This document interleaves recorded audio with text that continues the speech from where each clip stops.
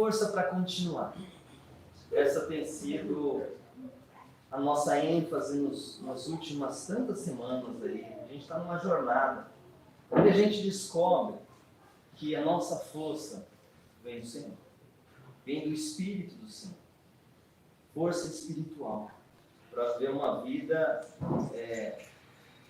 sobrenatural, uma vida que só pela graça de Deus é possível ser vivida. E é isso que a gente tem aprendido. Eu vou pedir para o Alex estar nos ajudando hoje, está em treinamento.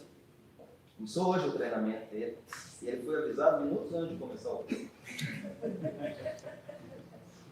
Gálatas, está aí, ó, só clicar, Alex, no Gálatas capítulo 5.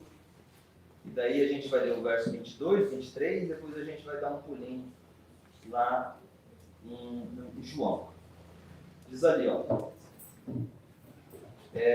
Mas o fruto do Espírito é amor, alegria, paz, longanimidade, benignidade, bondade, fidelidade. Verso 23. Mansidão, domínio próprio. Contra essas coisas não há lei. Agora vai lá em João. Enquanto ele acha João lá, capítulo 8, verso 1, eu queria direcionar algumas coisas para vocês.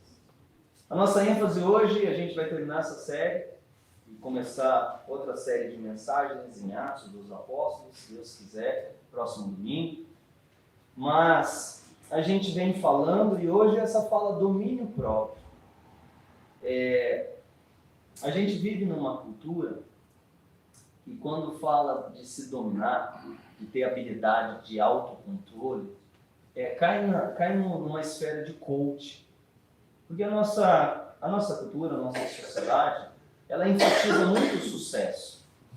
Isso é tão forte que chega a marcar a identidade de muitos de nós. A gente se sente bem se a sociedade, com tudo que ela lista de itens de sucesso, se a gente consegue falar assim, esse item eu tenho, esse item eu tenho, esse item eu tenho, e isso relacionado ao sucesso, daí a gente fala assim, eu sou alguém. Só que se a gente não consegue litigar esses itens que estão relacionados ao sucesso, a sociedade vai dizer que a gente não é ninguém. E pior, a gente acredita nisso com uma força. Muitos de nós acreditamos nisso, e isso faz até a gente tratar as pessoas. Viu, fulano? É bem possível se alguma dessas pessoas com essa pecha de sucesso ver a igreja, eu cair na tentação de falar, nossa igreja tá boa mesmo, né? Viu quem apareceu aqui? E daí a gente cola essa pessoa que a sociedade diz ter sucesso, e daí a gente fala, olha, deve ser uma igreja boa, porque tá fulano, tá indo lá.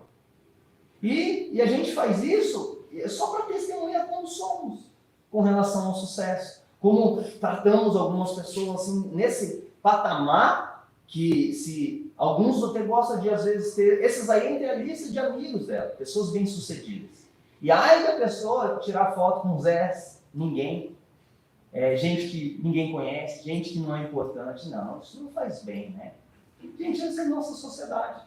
Eu tenho certeza que vocês não caem nesse tipo de tentação, vocês são crentes, vocês são de Jesus. Isso não é um problema para vocês, mas isso aqui é uma palavra para vocês orientar as pessoas, os amigos, os conhecidos. E aí, gente, essa palavra domínio próprio é um recurso de Deus para que a gente consiga fazer coisas que normalmente a gente não consegue.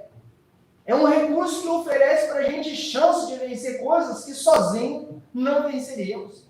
Se estivéssemos diante de um público muito desejoso de sucesso, e eu começasse a sua palestra, olha, você vai receber da presença de Deus, do poder do Espírito, poder para conseguir vencer as suas limitações e chegar no ápice do seu potencial.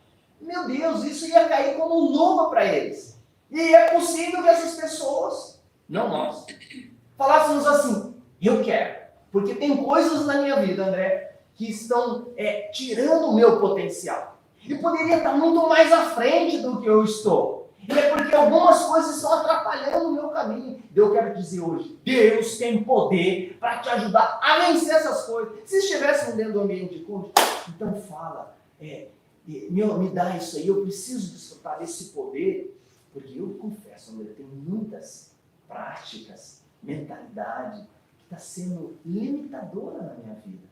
Eu preciso de uma mente do sucesso. E se tem um poder aí que vai oferecer recursos para me superar e ser ainda melhor, eu quero. Só que não é para isso que serve o domínio próprio. Ele está ancorado em outro tipo de motivação.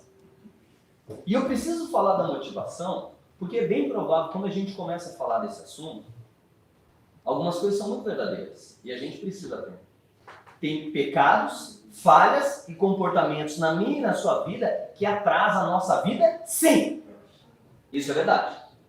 Tem erros, tem posturas, tem hábitos, tem processos mentais e falhas morais que arruinam a nossa vida? Sim! Isso é verdadeiro. E é bem provável que quando a gente entra numa palavra dessa, onde a gente fala assim, peraí, o que é domínio próprio, André? É a capacidade vinda do Espírito para a gente conseguir vencer as nossas limitações, que muitas vezes faz a gente tropeçar vezes seguidas no mesmo buraco, cair com a cara na mesma lama e falar assim, estou de novo aqui, escravo dessa maldição que se impõe sobre mim. Sou um escravo disso aqui. E eu não consigo vencer. Não consigo falar para ninguém. Esse recurso, domínio próprio, é para essa história não se repetir como às vezes se repete.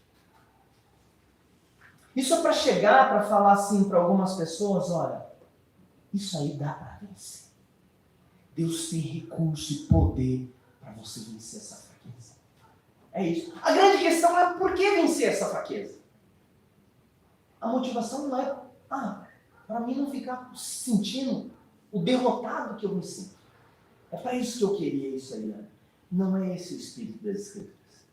As Escrituras vão dizer que a maior motivação, a motivação mais nobre, é louvar, engrandecer e glorificar a Deus.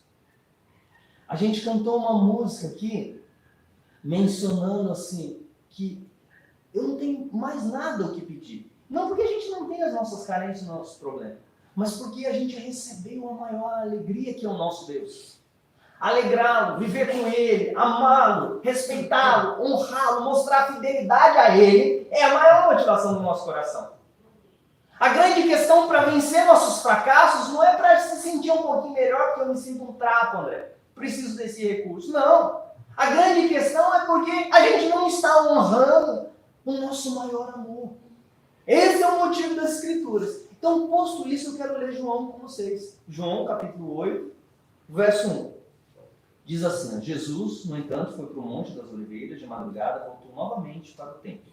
E todo o povo se reuniu em volta dele. E Jesus, assentado, os ensinava. 3.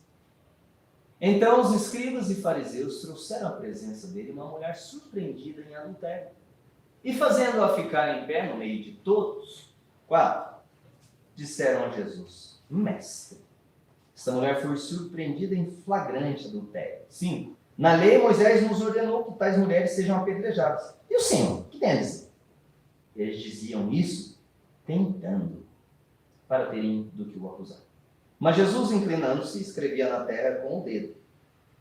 Como eles insistiam na pergunta, Jesus se levantou e lhe disse, quem de vocês estiver sem pecado, seja o primeiro a tirar uma pedra. E inclinando-se novamente, continuou escrevendo no chão. Jesus era demais. Mas eles, ouvindo essa resposta, foram saindo um por um, a começar pelos mais velhos, até os últimos, ficando só Jesus e a mulher em pé diante dele. Levantando-se, Jesus perguntou a ela, mulher, onde estão eles? Ninguém condenou você? Ela respondeu, ninguém, Senhor. Então Jesus disse, também eu não a condeno. Vá e não peques mais. Palavra do Senhor. Esse texto é maravilhoso em muitos aspectos. Ele oferece para a gente lições valiosas sobre essa questão do domínio próprio. Porque Jesus vai para um ambiente maravilhoso. Maravilhoso. Qual é esse ambiente?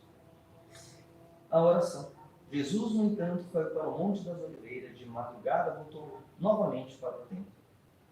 Verso 2. Por que Jesus foi para o monte de madrugada? Orar. Orar. Essas palavras que a gente tem oferecida da ação do Espírito sobre a nossa vida é poder, é verdade. É coisa espiritual, é real, a gente pode desfrutar. Mas a gente não desfruta isso daí simplesmente por falar assim, entendi. Qual é o fruto do Espírito? Qual é a ação do Espírito sobre a minha vida? Lista aí, longanimidade, benignidade, fé, mansidão, domínio próprio, fé, paciência. Pronto, agora eu já tenho. Não é assim. A gente está falando de vida espiritual, de dinâmica espiritual, de relacionamento, do poder do Espírito aparecer em nossas vidas. E isso se demanda num relacionamento com Deus. Não adianta, sem relacionamento com Deus, sem coisas básicas. E a gente insiste nela, não porque vocês não saibam, mas porque no meu coração o Senhor é teimoso em não orar, em não buscar a presença de Deus. Gente, eu gosto de falar desse assunto do domínio próprio, porque eu já vivi isso com tanta força, com tanta força. Eu cheguei na igreja e no evangelho com um adolescente, que eu espero que não seja a história dos meus filhos. Muito perdido, mas muito perdido. Todas as coisas que uns pais esperam que os filhos não façam, eu fazia. Ia para limites vergonhosos, vexatórios. E quando cheguei na igreja e descobri o amor de Cristo por mim, e fui constrangido pelo Espírito a crer, a perceber que não tem outro caminho. Ou eu tinha Jesus, ou eu estava perdido, ia para o inferno, sem Deus, sem paz, sem alegria. Eu falei, eu preciso dessa salvação, eu quero Jesus, eu preciso. E ele me convenceu dessa verdade, de que a minha vida agora tinha que ser entregue a ele. Depois de ele entregar a minha vida para ele, eu descobri assim, que ele não queria mais que eu vivesse de qualquer jeito. E eu precisei começar a mudar o ritmo de vida, os relacionamentos, as práticas impuras, a associação com gente que usava droga, o convívio no meio de gente bandida, desobediente, desrespeitosa. Esses eram os meus amigos. Só que eu cheguei na igreja e os meus pensamentos horrorosos não paravam. Não paravam. Eu pensava em todas aquelas melecas, só que antes de ter a presença do Espírito, aquilo não era um problema. Eu nem me dava conta que era errado. Mas agora na presença de Deus eu falava assim, não posso mais pensar essas coisas, mas não consigo tirar elas da minha mente. Não consigo, parece que eu olhava e a mente já fazia aquele cenário maldito e eu falava assim, estou desonrando o Senhor, eu estou desonrando a Deus, eu preciso agradar a Deus, porque eu li lá nas Escrituras, em Filipenses, capítulo 4, verso 8, tudo que é puro, tudo que é agradável, se é de alguma boa fama, se é algum louvor, nisso pensais. Deus se importa com o seu pensamento. Daí eu vejo assim, Deus está mandando eu ter pensamento bom e eu não consigo, o que eu faço? Até que um dia uma palavra na igreja, por isso que é bom você vir para o culto, por isso que é bom você ouvir a palavra de Deus, por isso que é bom você falar assim, fala comigo, que essa palavra seja exposta, isso fale comigo e você crê. É assim que a vida acontece. Aqui, essa palavra é espiritual, essa pregação é espiritual, não é palestra. E aí eu ouvi aquela palavra que disse assim, olha, a minha graça te basta. Deu um clique espiritual, porque é assim que o Espírito Santo age. E naquele clique espiritual que as Escrituras se tornaram verdade para mim, eu falei assim, eu só posso vencer isso aqui, não é na minha força, é na graça do Senhor. E eu comecei a orar, falei, Senhor, me dá força para ter um dia de pensamento puro. Para um dia, só um dia, conseguir pensar coisas boas, bonitas, agradáveis, corretas e justas. Gente, que alegria! Que alegria, dias e mais dias, tendo força sobre o domínio do mal do meu coração, vencendo o pecado. Mas daí você fala assim, como foi isso? Foi com oração, foi com socorro. A ação do Espírito não é mágica. Vai acontecer, agora vai para casa e você... Não! Você lê as Escrituras, não é à toa que Jesus orava, que a Bíblia ensina a orar, que a gente estimula a orar, mas nós somos tão resistentes. Eu não sei se chegou, e quando eu falei assim, vamos orar, será que o seu coração acolheu isso? Vamos orar, precisamos orar. Ou você fala assim, que chato. Tem chance do seu coração ter pensado que chato, porque o nosso coração não quer Deus, gente. O nosso coração, desde o Éden, foge de Deus. Foge das coisas do Senhor, foge da palavra do Senhor. A gente se concentra em tanta coisa, tem tempo para tanta coisa. E às vezes é um martírio passar um tempo aqui. Por quê? Porque nos falta a ação do Espírito. E você tem que pedir, o Espírito Santo me transforma. Espírito Santo me dá deleite. Você, para adorar com júbilo, com celebração, não depende de você. Depende do Senhor te agraciar. Fala, Senhor, me encha para que eu consiga adorar, louvar, ter a alegria da salvação. E Jesus estava orando. Ele estava orando. E é curioso, sabe, que ele desce no monte e quando chega já vem a tentação. Porque os fariseus foram para tentar. Eles não queriam uma resposta de Jesus. Momento teológico aqui. Jesus é profeta, sacerdote e rei. Esses são os 3 ofícios ungidos no Antigo Testamento e eles todos apontavam para Jesus. E aqui nesse texto tem um monte de coisa relacionada a isso. Ele é sacerdote orando. E agora as pessoas chegam para desafiar um profeta. E falam para ele, querem indagar ele sobre a interpretação da lei. Ele fala, e aí? Tem uma lei que diz que nós devemos apedrejar as pessoas pegando o teto. Está na Bíblia, gente. Eles não estavam mentindo. Eles não estavam inventando. A lei civil judaica orientava que um filho que desrespeitasse o pai tinha que ser condenado, ser apedrejado, se ele não voltasse atrás. Você fala, que horror, que horror. Que horror é filho batendo em mãe e pai. Deus quer estabelecer as coisas de forma certa. André, a gente precisa continuar assim? Não. Você vai perceber que as Escrituras deu um salto. A gente chama isso de progressão. Algumas coisas no Novo Testamento foram confirmadas, outras coisas foram consideradas. Isso está relacionado lá, porque tinha uma conjuntura de que a lei cerimonial foi superada por Cristo e a lei civil também foi superada por Cristo. Permaneceu-se a lei moral. E aí eles fazem essa indagação. Por quê? Porque o que estava em jogo ali, mas a mulher adulterou, um homem adulterou, e a gente fica com essa questão. Deus olha o matrimônio como uma coisa sagrada. Ele eram apedrejados os adúlteros porque ele está falando assim, olha, uma sociedade quando começa a pegar o casamento e desfacelar, a sociedade é destruída. Às vezes parece, a gente olha as escrituras assim, tem algo muito severo. Não, severo é uma sociedade onde o casamento e a família não é valorizada.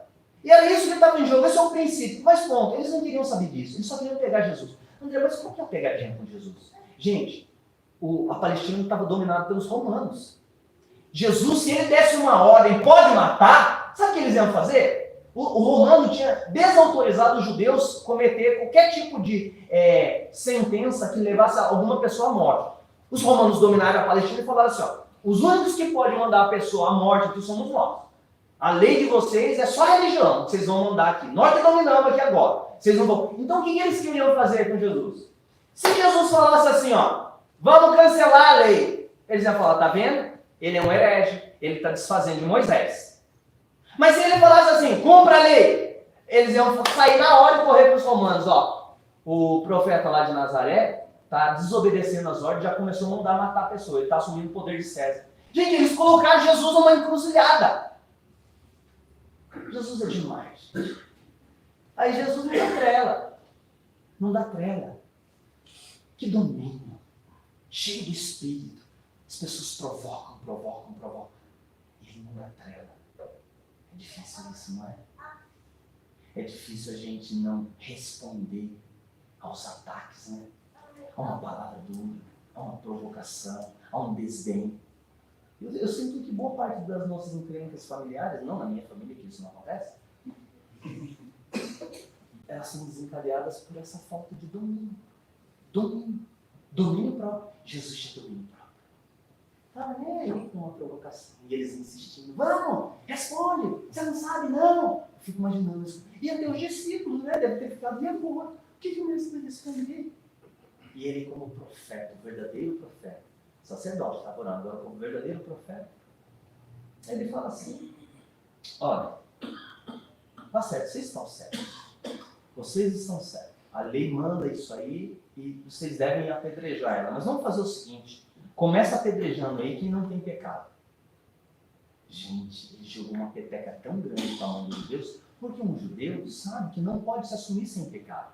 Ele sabia a própria lei, uma coisa que a lei deixou claro para todos os judeus, e o próprio sistema sacrificial do templo, porque eles sacrificavam sempre, porque ele tinha que fazer sempre. Deus ofereceu essa graça do sacrifício no templo, por quê? Porque o pecado estava sempre presente. Eles sabiam que eles não podiam tacar essa pedra, porque senão eles iam autoproclamar justos e santos. Pronto, acabou a moral deles. Jesus é demais, gente. Jesus interpreta a lei, Jesus interpreta a palavra, Jesus sai das enrascadas. Caminhar com Jesus nos dá essa chance. Esse é o nosso Jesus. E aí eu quero ir para essa grande situação. Porque Jesus, depois de fazer isso, abaixa de novo. Você sabe, ele levanta numa boa, faz a pergunta, e ele não afronta eles. E ele, aí, e agora? Como vocês vão ficar? Não, ele falou, quem tiver pecado, pode tacar a pedra. E abaixa de novo. Seguro, tem domínio de si, centrado, sensato. Sai todo mundo de fim. Os caras ficou feio para bater.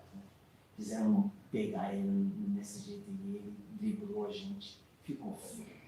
Ele sai. Aí Jesus levanta de novo. E vai falar com a mulher que foi a única que não saiu. A mulher aborda, cadê? Cadê a turma, moça? Onde estão eles? Tem mais ninguém ainda? Não. E alguém condenou você? Ela podia ter falado assim, em outras palavras, é isso que está claro.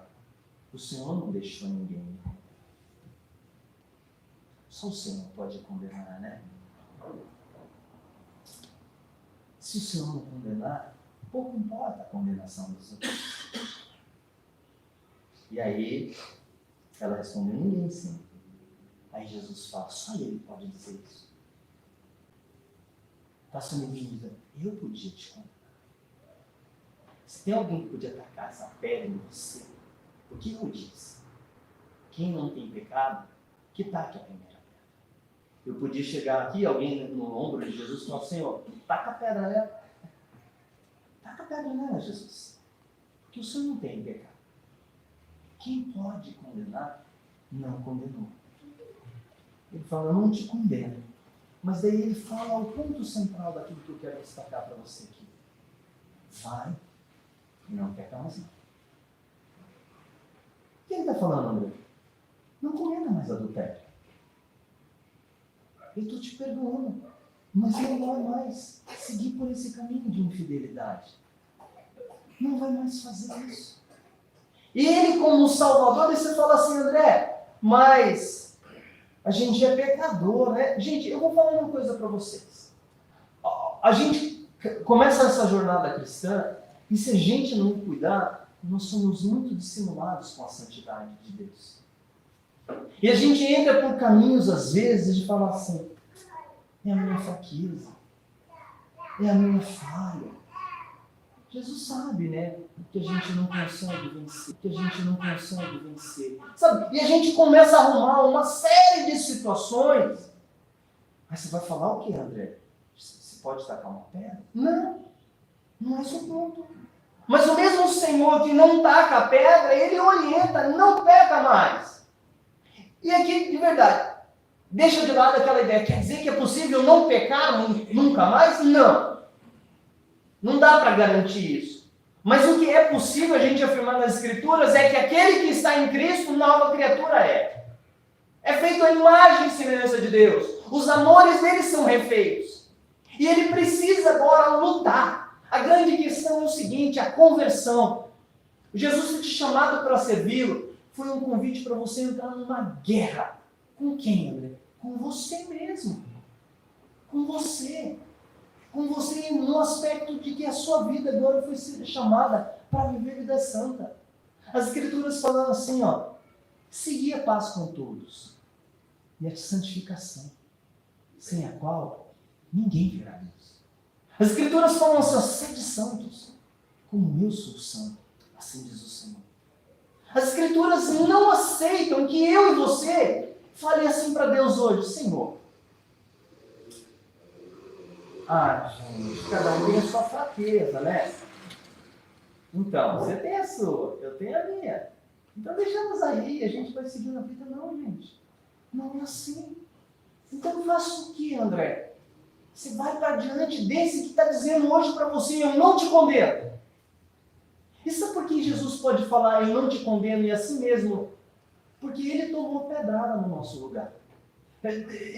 Ali tinha uma condenação de morte, gente.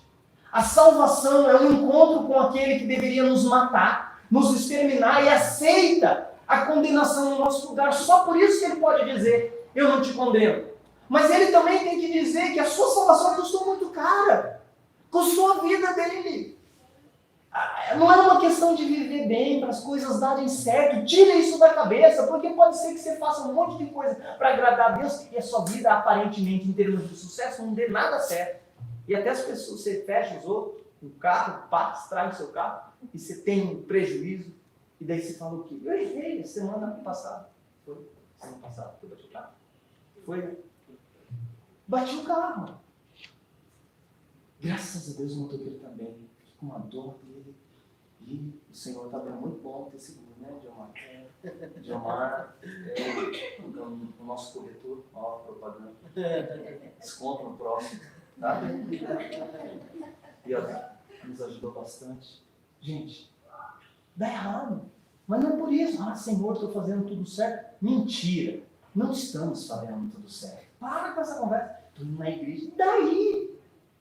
Essa não é a questão. A nossa vida tem que ser santa, gente. Porque a gente vive com Deus santo. Mas ainda assim a maior motivação é o amor a Ele. É a adoração, é querer agradá-lo. É saber que o seu pecado entristece o Espírito Santo de Deus.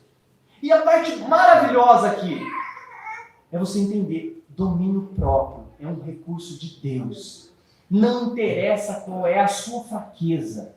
Pode ser na área da ira, pode ser na área da língua solta de falar mais do que deve, pode ser na área do ressentimento, na falta de perdão, na falta de partilha, no egoísmo desenfreado, na vontade de se isolar, no desdém para com a comunidade de fé. Eu não sei qual é o seu pecado. Pode ser na área sexual, que é o assunto. Mas não é só isso. Não sei, pode ser um monte de impureza que está na sua mente. A grande questão é o seguinte, o Espírito do Senhor vem sobre nós e nos dá a graça para vencer. Você pode vencer. Vou vencer todas? Talvez não. André, como que está aqueles pensamentos que você começou, mencionou isso? Idas e vindas, gente. Mas o Senhor tem dado graça para vencer. E muitas outras coisas, porque daí vai aparecendo outras coisas. A vida cristã é assim, você vence uma, de repente você percebe uma outra área que você está ruim, e que você tem que melhorar, que você tem que mudar e pedir ajuda de Deus. Você tem recurso de Deus. Não interessa o que está aprisionando a sua vida. Dá para você falar assim, Jesus me liberta? Me liberta. Jesus me ajuda a superar isso? Sim. Como? Se arrependa e busque o Espírito Santo. Mas não faça com pouco esforço, não. Ah, é muito esforço? Não, é graça de Deus. Mas é o caminho e esforço junto. Santificação é essa obra da ação do Espírito com a sua dedicação. A salvação é só o Espírito. A fé que você tem em Deus foi o Espírito Santo que colocou. Mas ser santo, arregaça as mangas. E briga. E fala assim, eu preciso mudar. E eu vou falar para você. Com relação a muitas coisas a gente se aplica. Eu não poderia dar um exemplo. A saúde. O médico conta para você, se você não cuidar da sua vida, é isso, Samuel? E desse coração, dessa pressão, e trabalhar tanto, né, Marisa? Fala a Deus, né? Você não vai ver sua filha casar. Olha, eu desesperei. Aí o camarada começa, tem que cuidar agora, vou fazer isso, vou fazer aquilo, vou fazer aquilo. Se aparecem oportunidades de trabalho, você vai ganhar 300% a mais. A gente se empenha com todos os benefícios, gente, a gente fica olhando e idolatrando essas coisas. Peraí, santidade. E agradar o teu Senhor. E viver uma vida que louve Ele, que Cristo resplandeça na sua vida. O quanto isso é valioso. É muito valioso. A gente tem uma mesa diante da gente. A gente tem uma mesa diante da gente que custou muito caro.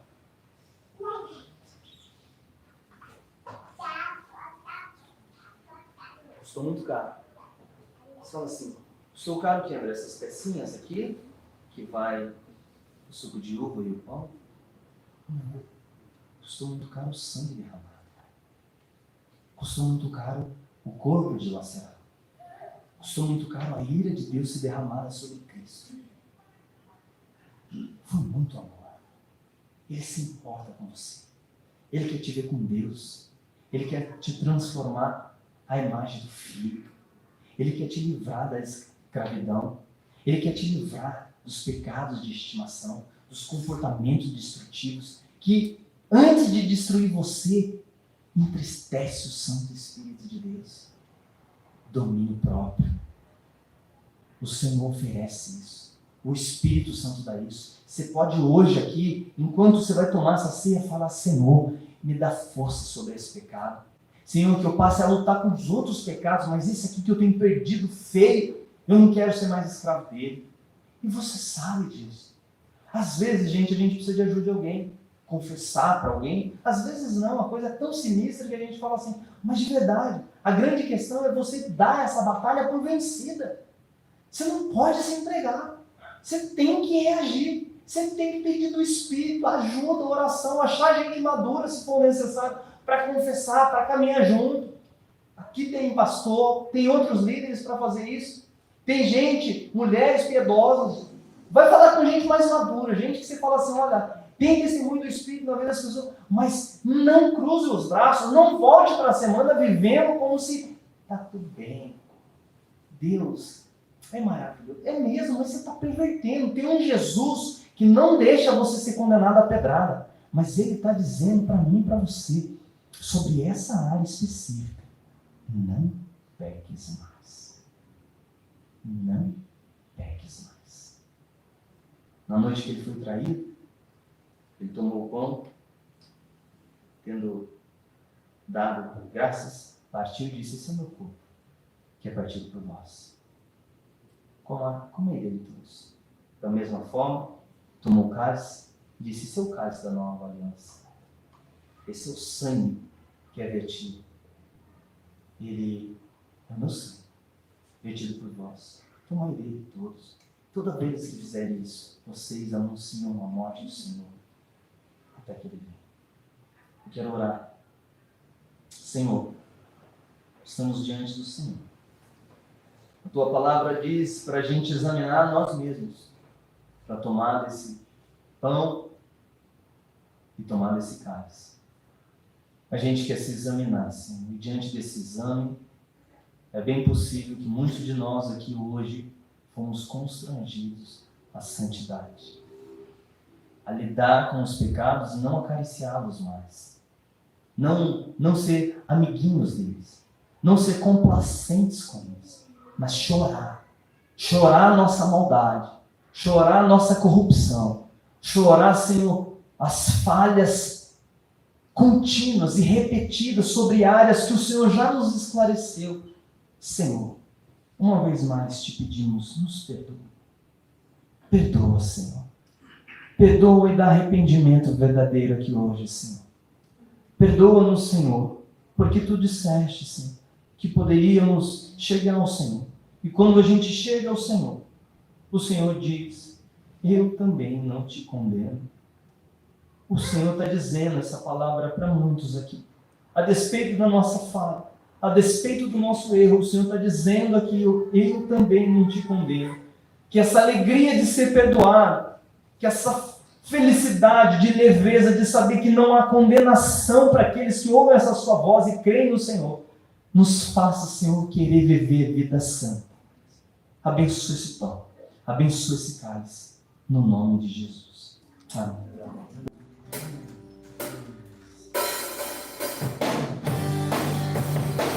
Se quiser, vamos me acompanhar nas palmas, isso aí.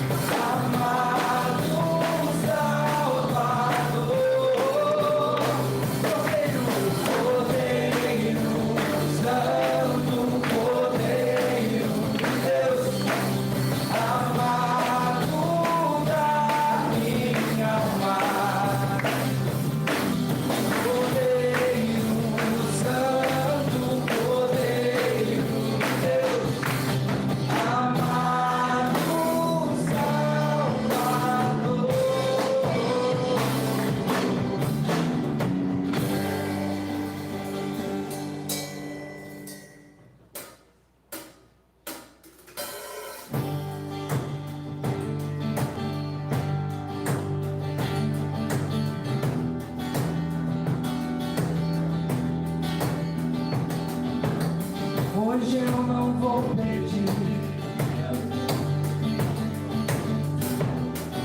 Vou começar de novo, vamos lá. Hoje eu não vou pedir que dê aos meus problemas solução. Não quero insistir que cures minha dor. Eu venho hoje só pra te ouvir. Eu quero todo o ouro em minhas mãos. Nem todas as respostas quero eu saber. Eu venho agradecer. Já fizeste, tu já fizeste muito mais que o necessário pra me ver sorrir, pra me ver feliz. Se cada dia tem seu próprio mal, tu és minha alegria todas as manhãs. Então eu vou cantar, cantar porque o amor me faz tão bem. Se alguém puder me ouvir, irá saber que sou feliz, porque eu sou teu. Está no meu sorriso, em meu olhar. É algo que eu não sei mais esconder. Só vejo mais razões pra agradecer. A tua graça basta para mim. Yeah, yeah, yeah, yeah, yeah, yeah. Hoje eu não vou pedir que leve embora as nuvens e traga o sol.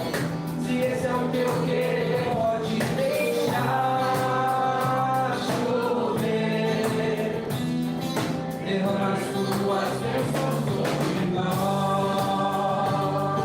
Conheço as tuas obras de amor.